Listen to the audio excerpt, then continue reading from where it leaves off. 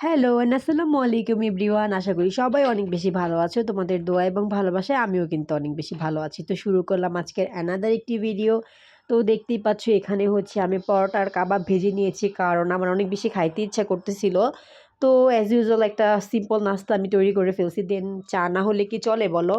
আর সবার চললেও আমার কিন্তু চা ছাড়া একদমই চা খাওয়া ছাড়া আমার কাছে সব একদম ইনকমপ্লিট লাগে।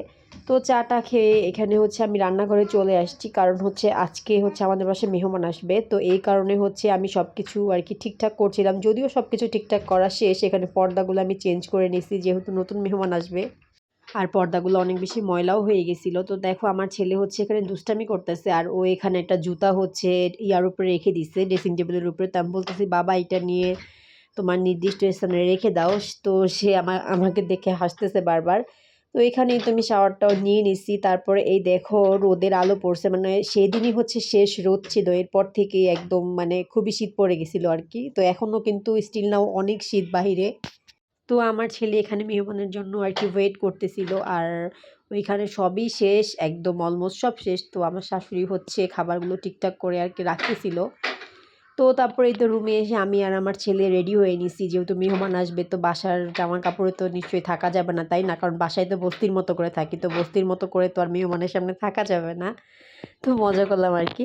তারপরেই তো জামা টামা চেঞ্জ করে হচ্ছে চলে আসছি ড্রয়িং রুমে। তো এই তো রান্নাবান্না অলমোস্ট সব শেষ। এখানে রোস্ট, দেন হচ্ছে ডিমের কোরমা, মাছ ভাজা, তারপরে হচ্ছে বেগুন ভাজা, গরুর মাংস, আরও অনেক খাবার ছিল যেগুলো আমি ভিডিও করতে পারি নাই। তো যাই হোক, এটা হচ্ছে পরের দিনের ক্লিপস। ওই দিন আর কোনো ক্লিপস নেওয়া হয়নি। এখানে হচ্ছে মিষ্টি টিষ্টি আমি সব বের করে নিয়েছি, কারণ হচ্ছে এগুলো তো আমরাই খাবো, তাই না? কারণ মেহমান খেয়ে চলে গেছে, তো বাকিগুলো তো আমাদেরই। তো যাই হোক, মজা করতেছি। তো তারপরে এই তো এটা একটা সন্দেশ ছিল, তো এটাও মজা ছিল মোটামুটি। তো এগুলা হচ্ছে সব আমার আব্বু আম্মু আসছে, কারণ বাসায় হচ্ছে গেস্ট আমার আব্বু আম্মুই আর ভাইয়া ভাবি, এই তো। তো তারপরে এই দেখো আমার ছেলে কি পরিমাণ দুষ্টামি করতেছে। তো ওরে বললাম যে তোমার বাবাকে যে সেমাইটা দিয়ে আসো, তো সে যাবে না। তারপরে এই তো দেখো আরেকটা হচ্ছে বেলুন কিনে নিয়ে আসছে। সেই দিন একটা বেলুন ফাটাইছে। এই বেলুনটা বের হওয়ার পর কতবার যে ওকে কিনে দিছি তার কোনো হিসাব নেই, আর কতবার যে ফাটাইছে। তো যাই হোক, তারপরে এই তো আমি একটু সেমাই নিয়ে নিছি, কারণ হচ্ছে এখন আমি খাবো।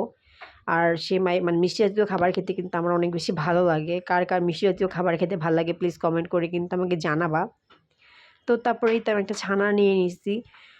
তো তারপরে তো রুমে চলে আসছি।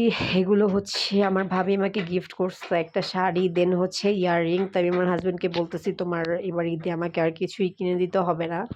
তো আমার হাজব্যান্ড বলতেছে হ্যাঁ এটা তো তুমি বলো ঠিকই কিনবা। তো এই আজকে ছোট্টখাট্টো ভিডিও। Thanks for watching.